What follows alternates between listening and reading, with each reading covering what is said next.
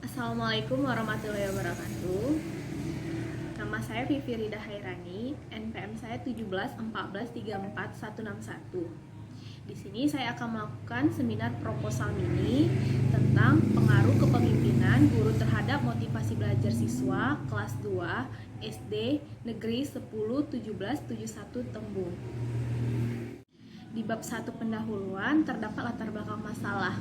Belajar mengajar merupakan proses kegiatan interaksi antar dua pihak, yakni siswa sebagai pihak yang belajar dan guru sebagai pihak yang mengajar. Guru adalah pendidik profesional dengan tugas utama mendidik, mengajar, membimbing, dan mengarahkan, melatih, dan mengevaluasi siswa pada dunia pendidikan. Sikap guru yang tidak menentu selama proses pembelajaran mempengaruhi motivasi belajar siswa. Kadang masih ada sikap guru yang otoriter, sikap guru yang tertutup pada siswa, begitu juga siswa yang tertutup pada guru. Terkadang masih ada juga guru yang kurang memperhatikan siswanya.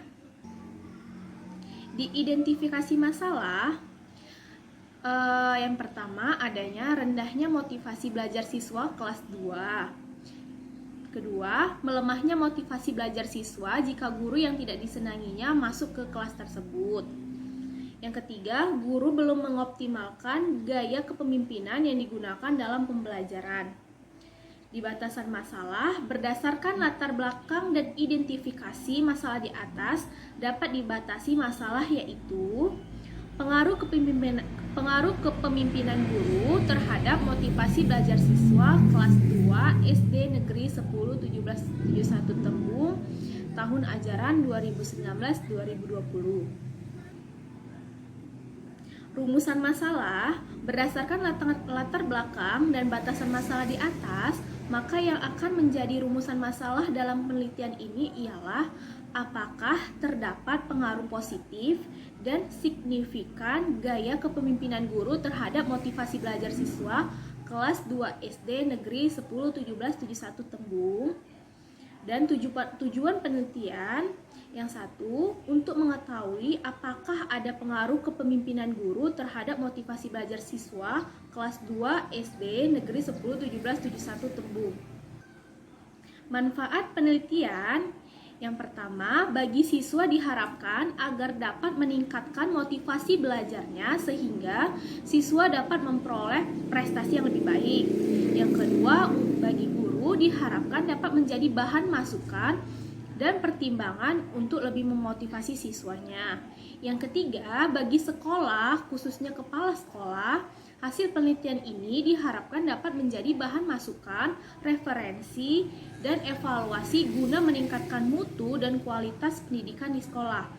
Dan bagi peneliti selanjutnya diharapkan dapat jadi bahan masukan atau referensi acuan untuk melakukan penelitian yang sama.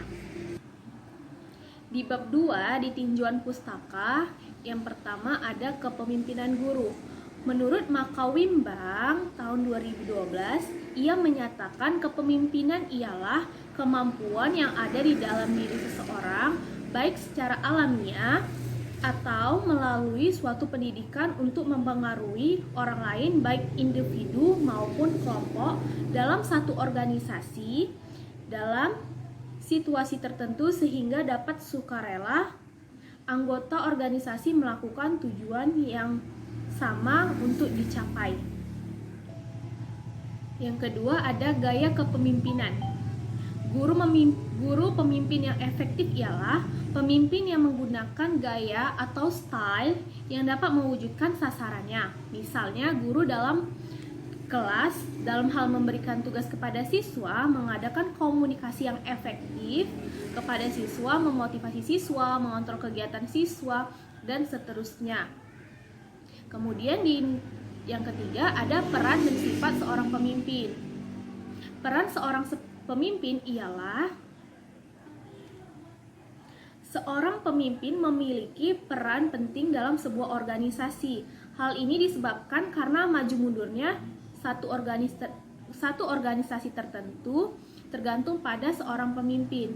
Ada beberapa peran dan sifat seorang pemimpin menurut Jamil tahun 2013 yang menyatakan Seorang pemimpin berperan sebagai perencana, pelaksana, ahli, mewakili kelompok dalam tindakannya keluar, mengawasi hubungan antara anggota kelompok, dan sebagai penengah. Kemudian ada sifat seorang pemimpin. Sifat seorang pemimpin yaitu rendah hati dan sederhana, suka menolong, sabar dan memiliki kestabilan emosi seorang pemimpin, percaya diri sendiri, jujur, adil dan dapat dipercaya, dan terakhir, keahlian dalam menjabat. Selain kepemimpinan, kita akan membahas tentang motivasi belajar. Motivasi belajar menurut Usman tahun 2013 ialah proses melalui kegiatan pencapaian tujuan yang telah mendorong dan berkelanjutan. Jenis-jenis motivasi belajar. Motivasi dapat dibedakan menjadi dua bagian, yaitu motivasi intrinsik dan motivasi ekstrinsik. Motivasi intrinsik ialah motivasi yang timbul dari dalam diri sendiri, sedangkan motivasi ekstrinsik ialah motivasi yang timbul dari luar. Itu menurut Usman tahun 2013. Kemudian ada fungsi motivasi dalam belajar. Nah, menurut Sardiman tahun 2013 ada 3 fungsi dalam belajar, yaitu 1. Mendorong manusia untuk berbuat, 2. Menentukan arah perbuatan, 3. Menyeleksi perbuatan. Selain itu, faktor-faktor yang mempengaruhi motivasi dalam proses pembelajaran ialah menurut Ali Imron tahun 2012 ada 6 faktor yang mempengaruhi motivasi dalam proses pembelajaran. Yang pertama, cita-cita atau aspirasi siswa. Yang kedua, kemampuan siswa. Yang ketiga, kondisi siswa. Yang keempat, kondisi lingkungan siswa. Yang kelima, unsur-unsur dinamis dalam belajar siswa. Yang keenam, upaya guru dalam mempelajarkan siswa. Kerangka berpikir. Dalam penelitian ini, peneliti ingin membuktikan ada pengaruh kepemimpinan guru terhadap motivasi belajar siswa. Atau dengan perkataan lain, kepemimpinan guru dapat mempengaruhi motivasi belajar siswa. Motivasi belajar siswa tidak hanya dipengaruhi oleh faktor dari dalam diri saja, tetapi juga dipengaruhi dari faktor luar.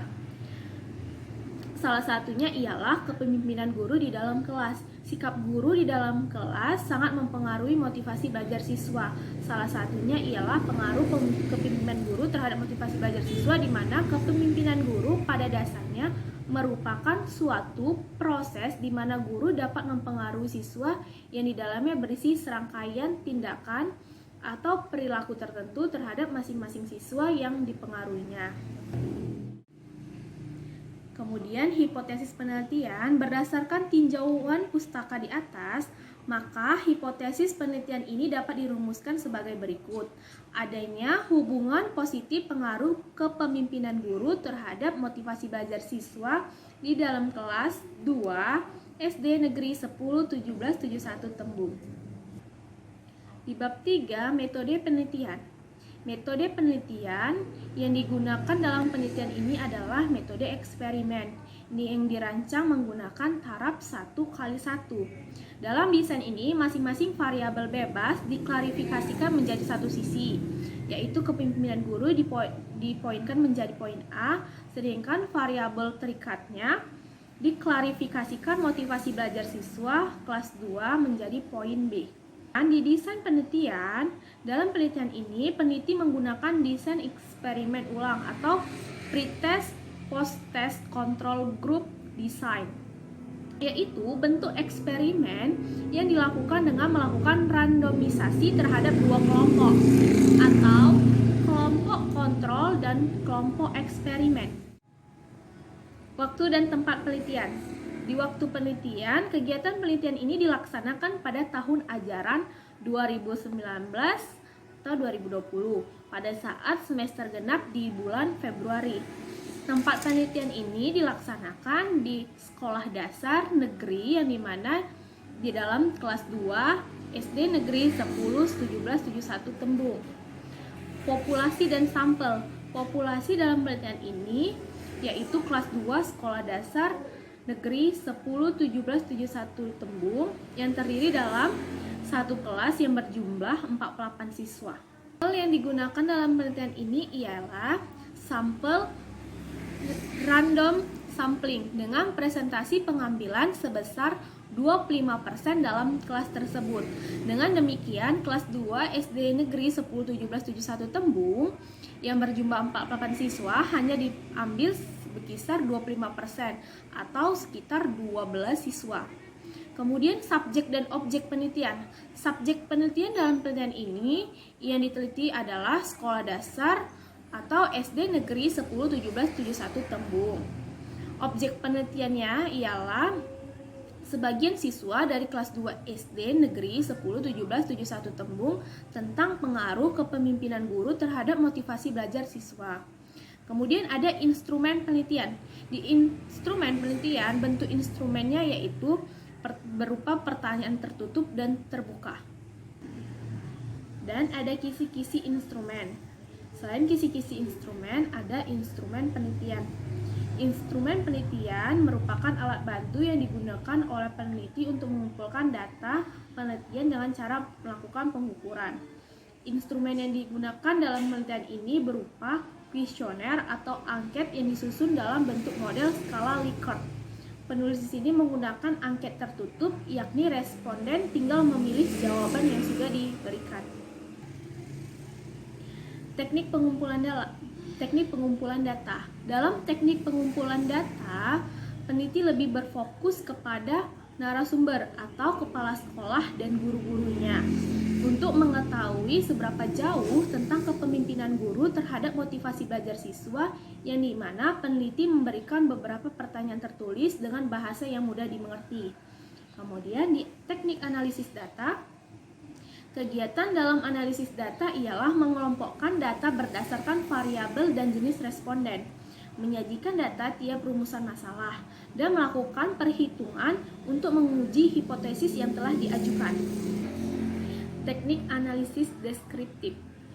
Data hasil post-test motivasi belajar siswa dengan tujuan untuk mendeskripsikan tingkat hasil motivasi belajar peserta didik setelah pelaksanaan kepemimpinan guru.